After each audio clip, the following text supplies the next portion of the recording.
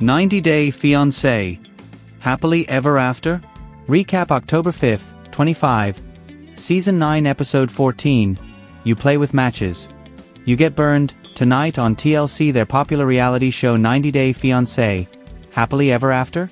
Airs with an all-new Sunday, October 5th, 2025 episode, and we have your 90-Day Fiancé. Happily Ever After? Recap below for you. Hello friends. Welcome to my channel. Have a nice day. For the latest news update, please subscribe the channel and press the bell icon. On tonight's 90-Day Fiancé. Happily Ever After? Season 9 Episode 14. As per the TLC synopsis, Brandon makes a decision. Jasmine refuses to hide her truth. Darcey debates divorce. Gino calls Jasmine with shocking news. Elizabeth and Andrei arrive in Lake Placid. So make sure to tune in tonight between 8 p.m. to 10 p.m. Eastern Time for our 90-Day Fiancé. Happily Ever After? Recap. While you wait for our recap, make sure to check out all our television spoilers, news, recaps, and more, here. In tonight's 90-Day Fiancé, Happily Ever After. Jasmine was trying to make her new life work, but it's hard for her. She was pregnant. It wasn't her husband's baby. It was actually her boyfriend's, and her husband wasn't happy with her. They started an open marriage. Jasmine began sleeping with Matt. Gino began sleeping with someone else. Jasmine actually got upset with Gino that he was following her example, and she tried to fight for him. Fight for their marriage. It didn't work out because the pregnancy changed things. She now has to make things work with Matt. They didn't have any other choice in the matter. They were having a baby together. It was a little girl. Matt was complaining that all the baby items were pink. He told Jasmine that he didn't want to live in a Barbie house tonight. She told him that he might have to move. Jasmine has boys back in Panama. She was very happy to finally be having a little girl. She couldn't wait to dress her up in pink.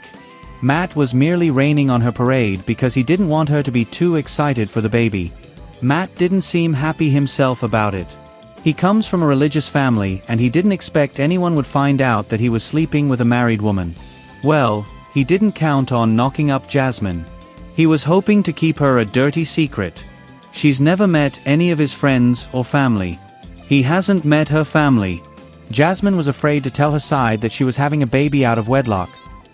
Matt felt the same, on top of being afraid to tell his religious family that Jasmine was still married to someone else. He told Jasmine that his mom might feel they were going to burn in hell. Jasmine then asked him why would he say that. It was a horrible thing to say to a pregnant woman. Matt was hiding Jasmine, and Jasmine was worried it might never change. Matt eventually agreed to introduce her to a childhood friend. Jasmine thought that would be a great first step.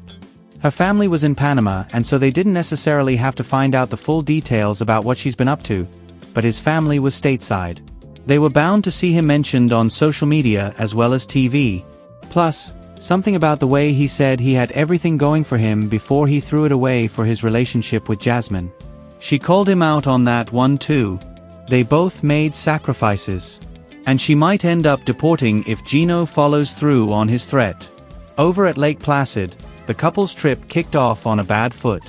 Jovi could be passive-aggressive.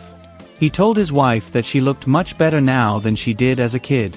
He essentially brought up her plastic surgery, and he said that in front of their friends. He didn't have to say it. He knew she struggled with remarks from online and her own family. Her mother didn't think she was beautiful as a child. It's why Yara got work done to begin with. She didn't need Jovi reinforcing that it's only because she had work done that she's beautiful now. He could have just stopped at beautiful.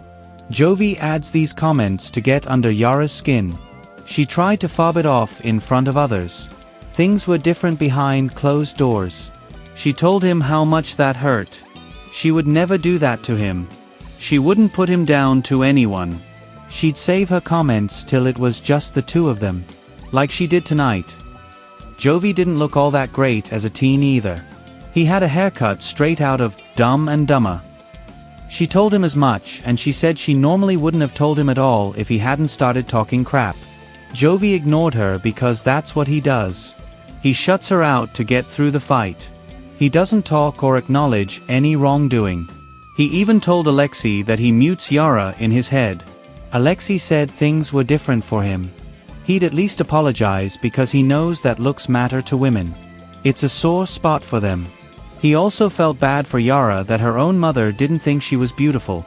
Not that it stopped Jovi for making comments. He kept going. He ragged on Yara for her outfit change. Again, just stop at beautiful. This couple's trip also had the added drama of Andrei and Elizabeth. Elizabeth was still mad at Loren for calling Andrei arrogant, and he was. The man demands a lot from his wife. He wanted total loyalty. He sometimes alienates his wife from anyone that disagrees with him. It was a bit of a surprise they agreed to the trip in the first place. The only one not uncomfortable by their presence was Jovi. Jovi took Andrei's first comment when they came in as a joke. He said that Andrei was trying to put everyone at ease and it only made Loren and Alexei more uncomfortable. And Yara called Andrei a few names in her confessional. Julia and Brandon were at least happier now. Brandon thought about everything. He realized that he loves his wife and was going to stand up for their marriage.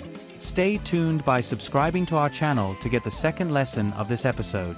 The second lesson of this story will be given in the next video.